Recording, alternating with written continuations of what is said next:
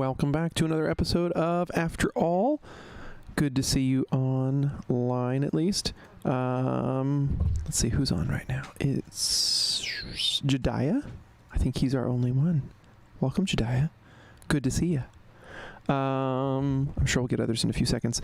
Anyways, we are going to be doing Liberate tomorrow. We may have a little bit of indoor mixed in with our outdoor. We might play the Among Us game, try it inside. Might make it work a little better. We'll see. Oh, Kayla's on too. Welcome, Kayla. So we'll see how that goes. Maybe. I don't know. I haven't decided yet. Maybe you guys can vote. Would you rather play another round of Ultimate Bird Watching or Acting Sus indoors? Is it tomorrow? No, it's not tomorrow. Tomorrow's Friday. Sorry. Saturday. Day after tomorrow. That one. So, I don't know. What do you guys think? Acting Sus indoors or another round of Ultimate Bird Watching? What say you? Oh, and we may be ending After All soon. You'll know before it happens. But we're going to be getting our Sundays indoors back again. We'll be having like a normal-esque Sunday indoor service for middle school. When that happens, we will finally turn off After All. I'll be a little sad. We've had almost a year. I think it's time to go back to some amount of normalcy. So I think what we'll do is we'll do Sundays indoors, quit After All, and we'll keep doing Liberate until we can get Wednesday nights back. Jediah, there was a reason. It was because you were acting sus. Obviously. That's how the game works. So anyways, yeah, I think acting sus inside deserves a shot. I think we should give it a shot. Wait, you voted for acting sus though. So why did you... That doesn't make any sense. You voted for acting sus and then you're making all your case against it. That's a little confusing. Anyways, so I think tonight we're actually going to start out with worship from Lexi, and then we will get into Bible study after that. So here we go. Kick it over to Lexi.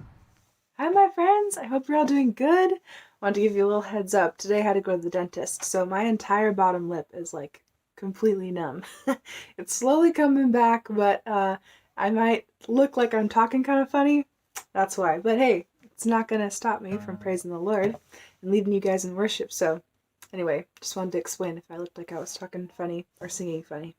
Anyway, I'm going to open us in prayer and we'll get started. God, thank you so much for today. Thank you for these amazing junior hires, Lord. I ask that you'd bless this time and that we would just sing out to you, give you all that we got. We would praise your name. We love you, God. In Jesus' name, amen.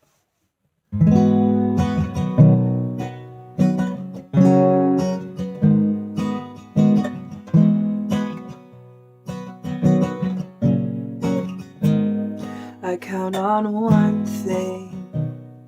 The same God that never fails will not fail me now. You won't fail me now in the waiting. The same God who's never late is working all things out. You're working all things out. Yes, I will lift you high in the lowest valley. Yes, I will bless your name. Oh yes, I will sing for joy when my heart is heavy all my days. Yes, I will. I count on one thing. The same God that never fails will not fail me now. You won't fail me now in the waiting. The same God who's never late is working all things out. You're working all things out. Yes, I will lift you high in the lowest valley. Yes, I will bless your name. Oh yes, I will sing for joy when my heart is heavy all my days.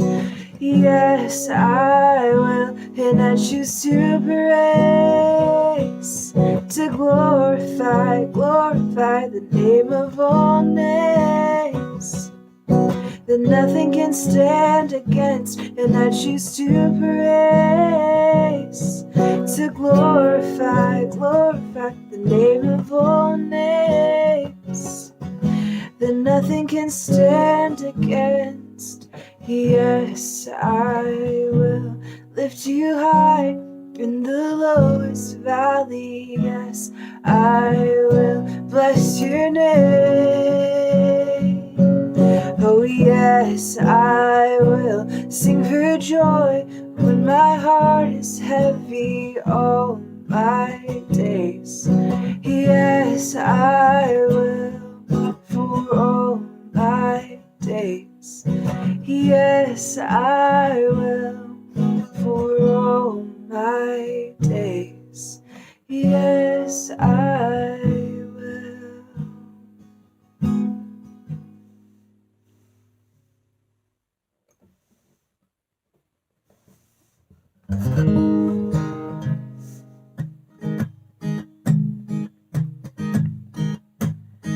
Your love is like radiant diamonds bursting inside us. We cannot contain. Your love will surely come find us like blazing wildfires, singing your name. Sing that again. Your love is like radiant diamonds bursting inside us. We cannot contain. Your love will surely come find us like blazing wildfires, singing your name. God of mercy, sweet love of mine, I have surrendered to your design. May this offering stretch across the skies, and these hallelujahs be multiplied. Your love is like radiant diamonds bursting inside us. We cannot contain. Your love will surely come find us like blazing wildfires, singing your name. God of mercy, sweet love of mine, I have surrendered to your design. May this offering stretch across the skies, and these hallelujahs be multiplied. God of mercy, sweet love of mine, I have surrendered to your design. May this offering stretch across the skies, and these hallelujahs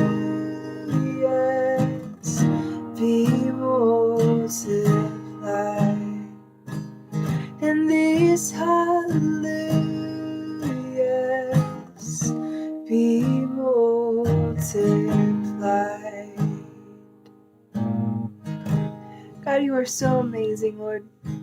And I ask that that would be true, that as we leave this worship session and this time of fellowship, that we wouldn't stop worshiping you, God, that we would continue to bring your name praise, and we would sing hallelujah, no matter what we're going through, whatever struggle or a trial or blessing, God, that we would just praise your name through it. God, I ask that you would keep all these awesome junior hires safe and healthy. And I ask that you would just put that burning desire in our hearts to want to follow you and be close by your side. God, we love you. In Jesus' name, amen. Alrighty, thank you, Lexi. And as I put in the chat, in case you guys didn't notice, Lexi said she's going to be back for our in-person indoor services when we get back to those on Sundays. Pretty exciting to actually get to worship side by side, all of us middle schoolers and middle school leaders all together in the same room. Oh, it's going to be so good. So don't miss it. We don't have a date, so I guess saying don't miss it is kind of cruel. Don't check out, because then you'll miss us announcing when we're actually going to be together again. Check it out. Yeah. So anyways, keep listening, keep being at Liberate. We'll make sure to send you guys texts and emails and all that jazz when we have real details, hard dates and times. But in any case, it will be 11 a.m. We know that much. So it'll be an 11 a.m. service at some point in the future. We'll pick up and start doing it weekly. We'll be up in the middle school room. It's going to be so good. Anyways, all that out of the way. We are in Exodus chapter 15 tonight. Crazy cool chapter. Moses and the Israelites have just made it through the Red Sea. They turned around, they saw the sea close in and crush Pharaoh and all of his troops in his army, all those chariots, and they see the power of God directly saving them when spears, swords, and arrows were about to kill them. And the first part of the chapter is this amazing song, and I really don't get how this would have worked in the practical sense. I don't understand it, but I have to try and let myself just give them credit because it says they did it. But what I don't get is, how do you write a song in the moment and then teach everyone that song? That's just not my skill set. So it's a little hard for me to picture that happening and happening to thousands and thousands of people all together. That I don't get. Somehow, though, because, microphones and speaker systems weren't invented, but it was normal for them to not be invented, somehow they knew how to do this. They figured it out. They made it work. So anyways, they say it happens, but check out the song. Super cool song. Exodus chapter 15. Then Moses and the people of Israel sang this song to the Lord. Remember, they haven't made it to the places they're going to list. They're going to list out a bunch of, places, Edom and Canaan and Philistia and all that. They haven't made it there yet. So this is them singing about A, what just happened to the Egyptians, but also B, everything that's going to happen that God's promised. I will sing to the Lord, for he has triumphed gloriously. He has hurled both horse and rider into the sea. They just watched that. The Lord is my strength and my song. He has given me the victory. Given me victory. This is my God, and I will praise him. My Father's God, and I will exalt him. So it's this beautiful opening that just says we are protected from real danger, real threat. In front of our very eyes, we are protected by God, and they lift him up, and they claim him as their own, and they remember the fact that he has been their family's God. If you go back in time, that he was the God of their fathers too. Then verse 3, the Lord is a warrior. Yahweh is his name. It's good to read the footnotes when you see a footnote about a name of the Lord. So it says Yahweh here in this translation, New Living Translation. And we spell it out this way, Yahweh. But it really isn't the right word exactly. It's the closest we can come up with. It's a transliteration of the proper name, and they don't put the vowels in the Hebrew. They leave them out. They only stick in the consonants. And so we're kind of inventing how simplest you would pronounce those consonants. And and it's sometimes rendered Jehovah. And so you'll see that sometimes too in songs, in certain translations, you'll see Jehovah. It's basically the same thing. It's just a different set of vowels jammed in between the consonants, but it's the same thing. It isn't really what was probably said back then. It's a guess. That's it. It's a best guess. And so if you see it in a lot of translations, even in New Living Translation, as the Lord, and the O-R-D are capital, but somehow shorter than the L, that is it saying Yahweh. And so this is that same name given to Moses. And that's why it's used here, because this is that same timeline. This is just a little bit later than when it was given to Moses as the name of God. So then we get to verse 4. Pharaoh's chariots and army he has hurled into the sea. The finest of Pharaoh's officers are drowned in the Red Sea.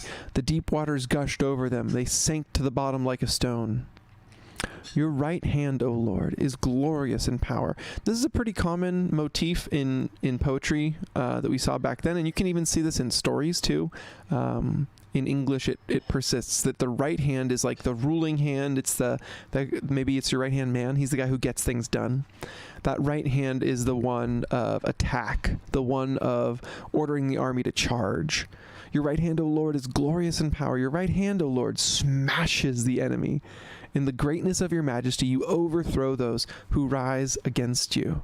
You unleash your blazing fury. It consumes them like straw. At the blast of your breath, the waters piled up.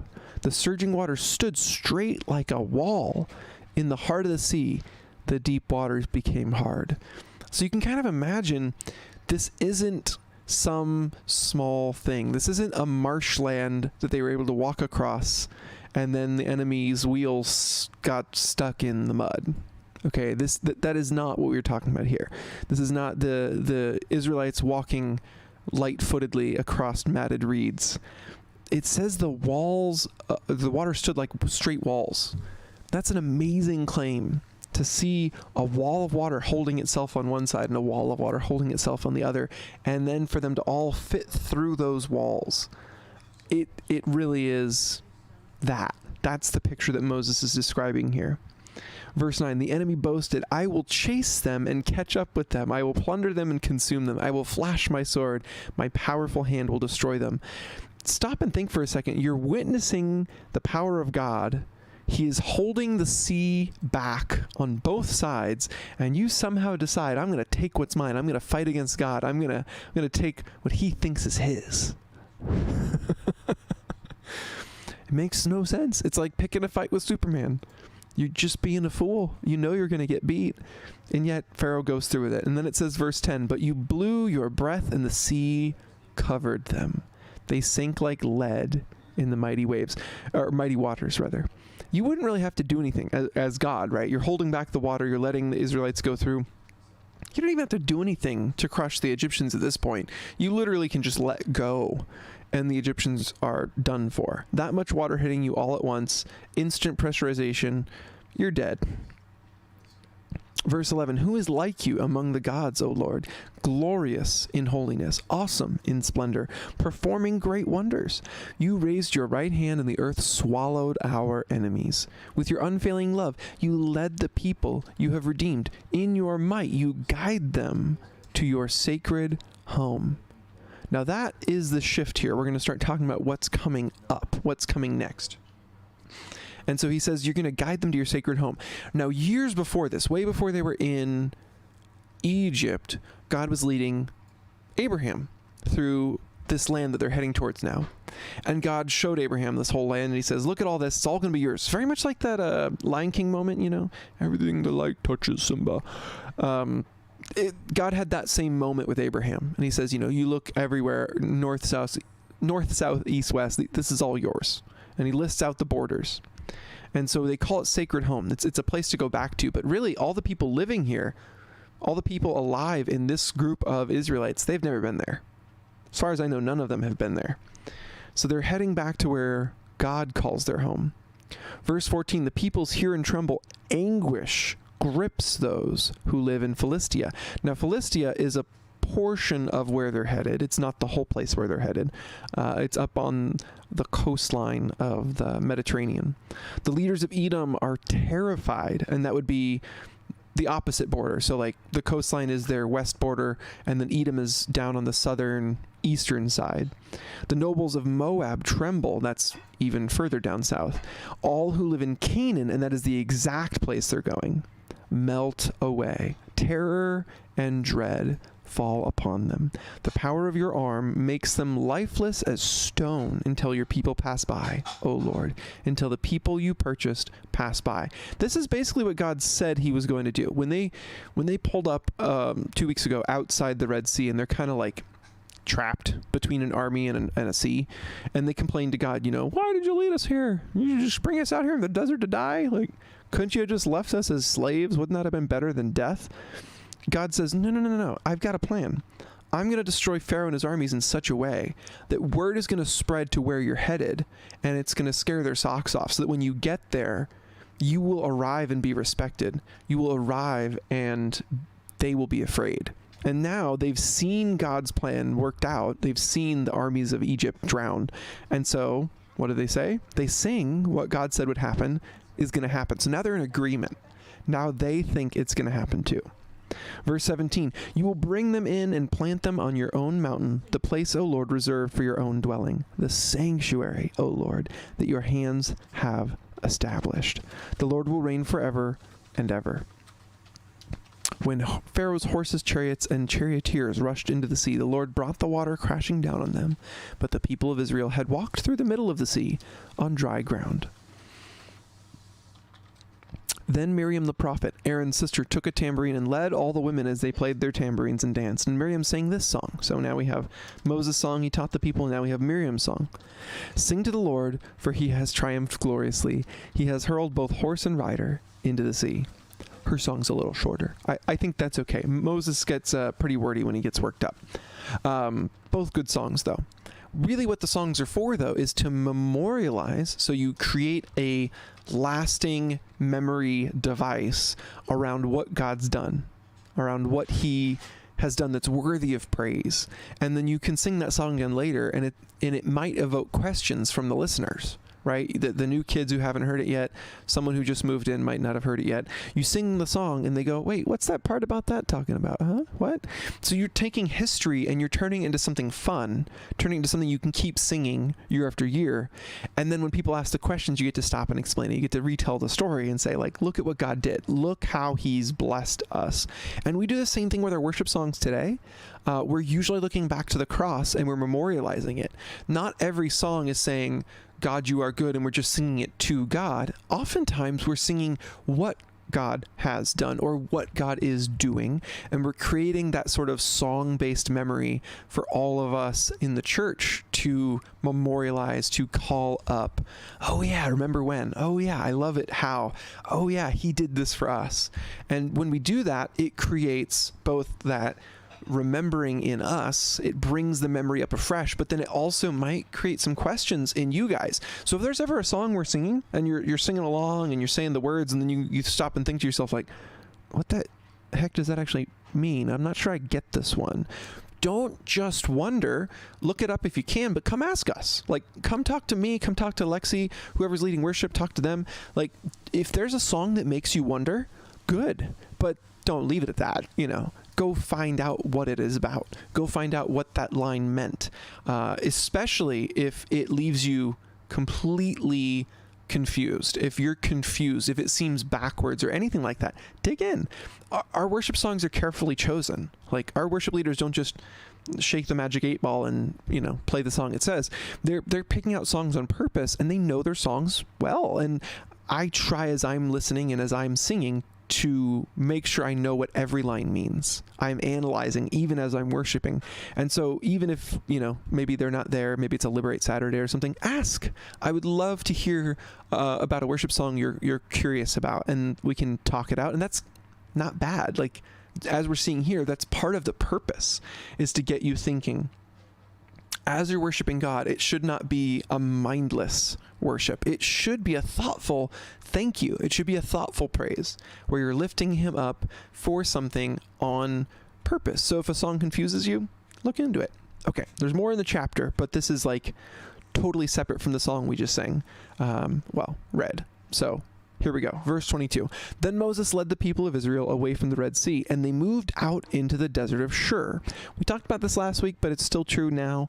Some of these place names seem familiar, like Red Sea, and we would be tempted to say, oh yeah, the thing called Red Sea 3,500 years ago, that's the same place that we call Red Sea today. Not technically always true. That is hard to be certain of. And so there are some different guesses as to where the Red Sea they're talking about was. And the same goes for other places like Desert of Shur. We have some other markers. We have some other milestones where we can say, it must be lower than this and higher than this on the map, or it must be near this on the map. But there are certain things that are flexible when defining these locations. So if you ever want to look into that, let me know. There's some cool movies on it. There's some cool maps on it. But anyways, for the purposes of this, it basically means they're nearer and nearer to Mount Sinai, not Canaan. There's like this halfway point they're going to stop at, Mount Sinai, where Moses and God talked last time they talked. And once they've stopped off there, once they've had, some happenings there at Sinai, then they're supposed to continue on to Canaan. So that's basically what you're supposed to get from the whole Shur mention here. They traveled in this desert for 3 days without finding any water. When they came to the oasis of Marah, the water was too bitter to drink. If your water tastes funny out in the wild, there's usually a bad reason for it. There's usually something in the water that you shouldn't be drinking. So they called the place Marah, which means bitter. And if you don't know, this is actually kind of weird. Marah is the root behind the names Mary and Marie. And we looked into this when we were young because my sister's name is Marie. And so, yeah, sorry if you know any Marys or Maries. Their name comes from the root for bitter. That's the meaning of the name. Not the best, but I think Mary did a pretty good job, Jesus' mother, of redeeming the name. And same with like Mary and Martha. I think that Mary did a pretty good job of redeeming it. So even if it comes from a silly, sad meaning, like you can still have a good life if you have a bad name. I think that's totally legit. Then the people complained and turned against Moses. What are we going to drink? This is going to be a theme. Just kind of, pick up on that now. As long as they're in the desert, anything goes wrong, complaints come next. So Moses cried out to the Lord for help, and the Lord showed him a piece of wood. Fairly average finding out there. Moses threw it into the water, and this made the water good to drink. That's not average. That's unusual. You shouldn't be able to put a stick in the pond and have the pond clear up. That's not normal at all. So God's working a miracle here through Moses. It was there at Marah that the Lord set before them the following decree as a standard to test their faithfulness to him. That phrase is key. We're going to come back to that as we read this decree. Verse 26, he said, if you will listen carefully to the voice of the Lord your God and to do what is right in his sight, obeying his commands and keeping all his decrees, then I will not make you suffer any of the diseases I sent on the Egyptians, for I am the Lord who heals you. So God says, you're good, no diseases. None of those ones you saw in Egypt, none of those problems that the Egyptians had. Why? Why did he make this decree? To test their faithfulness to him. The idea was that not for all time, not for all people, but just for these people, just for this time, God was going to protect them above and beyond when they were being faithful. And this would provide an instant reminder when their faithfulness lapsed. That as their faithfulness lapsed, suddenly physical reminders would enter into their lives. This is not a command for all people. This is not a command for all time. It's these guys right here, right at this point in time. But it's important because you're going to start to see this totally comes true. He bends over backwards to provide miraculous, crazy solutions to average problems like thirst and hunger. And when they stop being faithful, they don't starve, and that's kind of cool. Instead, they have sickness. It's not today, it's not in this part of the story, but just kind of lock that away in your memory, and then later on as we get to those chapters, we'll refer back to this. After leaving Marah, the Israelites traveled on to the oasis of Elim, where they found 12 springs and 70 palm trees. They camped there beside the water. Now, I'm not sure the symbology of 70 palm trees, but the 12 springs has got to be symbolic. I think that's pretty cool, because finding even 2 springs in the same place is a little rare. Finding, 3, 4, you just keep stacking it up, it gets more and more rare. 12 springs, wait a second, how many tribes in Israel are there? There's 12. It's like there's one for everybody. Pretty darn cool. Just on the practical level, that's pretty darn cool. Every big family gets their own spring. Nice. But God is providing for them. And so it's this reminder that as they leave a place that looked like it wasn't going to provide, where God did provide, they get to a place where God provides even more. And really, this should be the theme. If somehow they were able to stay faithful the whole time, and we know that's not going to happen, but if they were able, then that's all we really would have seen. We would have seen them go from one, amazing, miraculous provision to the next amazing, miraculous provision. And we still see that, but we also see these valleys in between those high points. We see the Israelites keep on, they slide down, they start to doubt, they start to lose faith, they start to complain, and things don't go so well. And God reminds them what they need to do, and they rise back up. But it keeps being on the grace of God. It keeps being on his forgiveness. It keeps being because of his faithfulness that they're not just left in the desert. There's so many times where they deserved to just get left in the desert. There were so many times where they deserved to just be forgotten. And God keeps saying, guys, you gotta pick it up. You can't do this again. You can't. But he forgives them. I think that's the best part of the story, though. God makes a promise about the end game. He says, I'm going to get you there. I'm going to get you to the promised land. And their mistakes stack up so many times. And any human would have said, to heck with you guys. I'm done with this. I don't want to deal with your mistakes anymore. But God doesn't. He's gracious. He keeps forgiving them again and again. He keeps helping them with those problems they're creating. And eventually, he's absolutely true to his word. He does get them to the promised land. Although, it does take a little longer than they might have imagined. We'll get there when we get there. In this chapter, though, I just want you guys to pick up on those themes. That God protects them, God provides for them, whether they're deserving or not, whether they're complaining or thankful. And they're both in the same chapter. That's really going to be the theme going forward. Okay. That is it for Bible study time. It is time for a game. We're going to race to find the goat. The game is, where is the goat? Very simple. We're going to show you guys a picture from some sporting event. I don't know if you guys know the acronym greatest of all time, but GOAT is commonly used for those who are at the top of their game, the apex predator of their sport. And instead of trying to find the Michael Jordan in the picture, we're actually going to try and find a real goat. So in each of these pictures, there's going to be 6 squares, and there is going to be a goat photoshopped in to the picture. All of these photos should not have had a goat in them. They're going to be stadiums and crowds and all that kind of thing. There should not be any goats, but there is. We've got a goat in there instead. So you get one guess. Don't waste it. Don't guess 1, then 2, then 3, then 4, then 5, then 6. Go ahead and just guess once. That is your only guess. And make sure you found the goat first. So here we go. I have pre-checked. None of the goats are behind my head. You don't have to wonder if they're back there. Okay, so tell me, where is the goat? Is it in box 1, 2, 3, 4, 5, or 6? Where is the goat?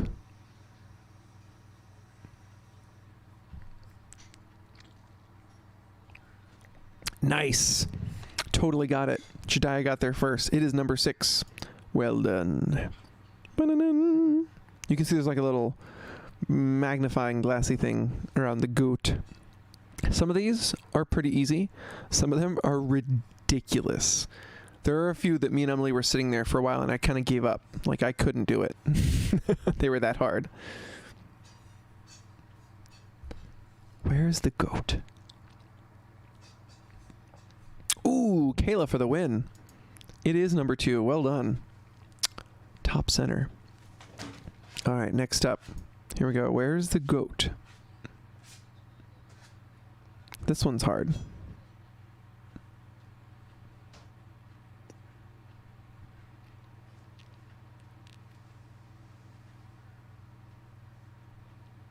Where's the goat? Ooh, Jediah, number 4. Well done. There he is. This one is the one I'm talking about. This one seemed like it was impossible, and like there was no way that the goat was anywhere in this photo. We were like dead convinced. They messed up. They forgot the goat. He can't be here. But it is just that hard. And in fact, if you're on a small device, I'm not sure you're going to find him. I don't have any confidence that a low resolution or a small inch-sized screen is going to let you see this goat. He is a very small goat. The real hint in this one, if there's a hint, is that the photo that he is photoshopped into is not actually that high resolution of a photo, and the goat is high resolution. And so if you have a big enough screen, you can stretch it. Like, you'll notice there's one tiny speck on the screen that is high resolution and not pixelated. But if you have a small screen, I don't know. I'm not sure you're going to get him. I don't think so. We might have to give up on this one, just like, unless you're on a laptop or a big screen. Maybe 2. Oh, good try. It is not 2. Not 2. It's really stinking hard. You want to just guess, Kayla? See if you get it.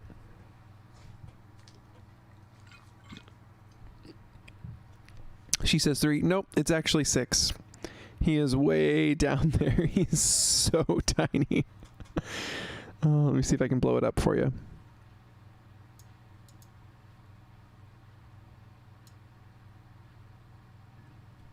You see him in there? So teeny tiny. The littlest goat. Okay, this one is not as teeny tiny. Okay, this one's like a proper size. Proper size goat. Fully average goat. That's what everyone wants, right?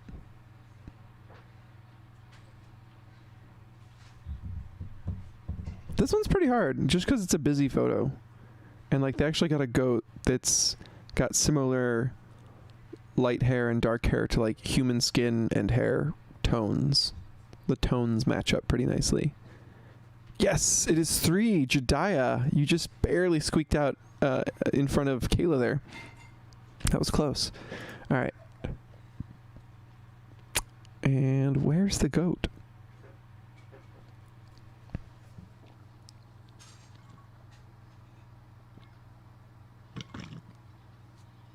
Mom, were you saying that because you wanted popcorn? This one's pretty hard. Don't let me stop you if you want popcorn. This one's pretty hard. A hint, if you need it. You guys want a hint?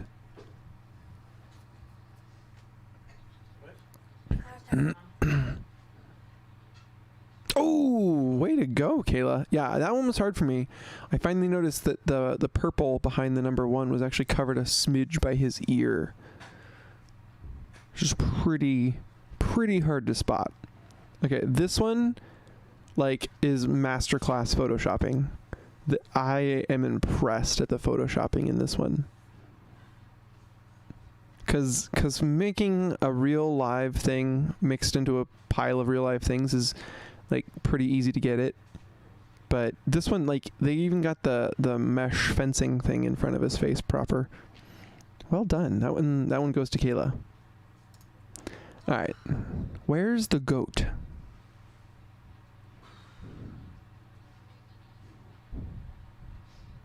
Again, very tiny goat.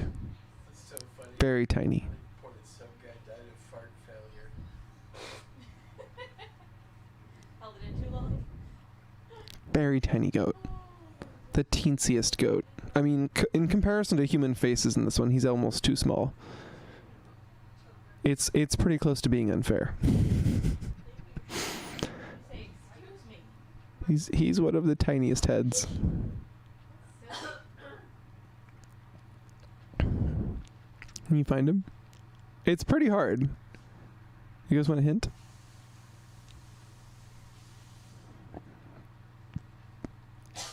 I'll give you a hint if you want. Okay, the hint is he is along the top edge. He's along the top edge.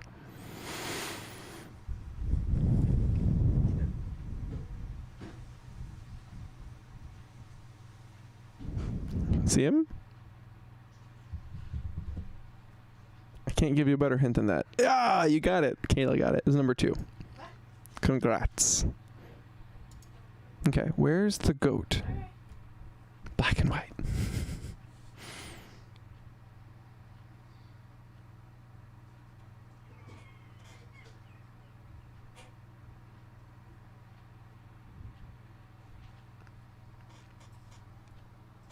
Em, could you get me some water? Thank you, love. I got my cup here. It's just empty. Well, let's fix it, shall we? Yeah, got it. It is number 4. Well done. There's that goat. Way to go, Kayla. He should be colored. In a black and white photo? Why? And totally give it away. Alright, where's the goat?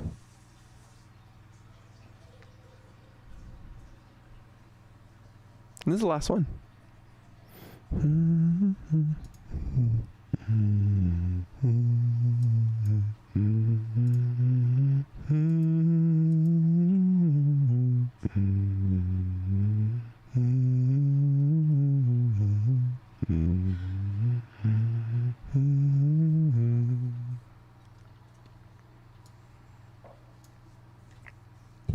Well done. You already got him.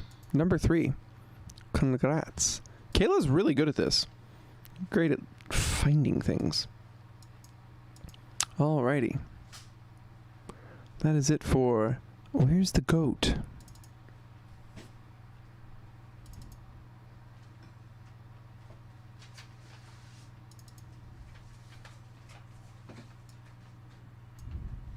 Yep, we did that one. Okay. Alrighty. I think that's going to be it for tonight. Oh, no, of course. Now Peach shows up. Welcome, Peach. You missed literally everything. I think we're kind of done for the night. I'll see you guys on Saturday. So sorry, Peach. It was good to see you at least for a second. What were you up to?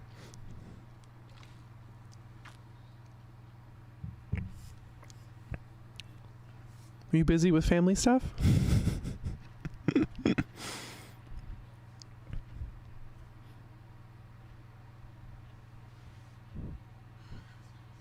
You don't even know what you were doing? That's pretty confusing. Alrighty, well, that's it for tonight. I love you guys. I will see you hopefully on Saturday. I'd love to see you all there. And very soon on a Sunday. We'll let you know. Good night.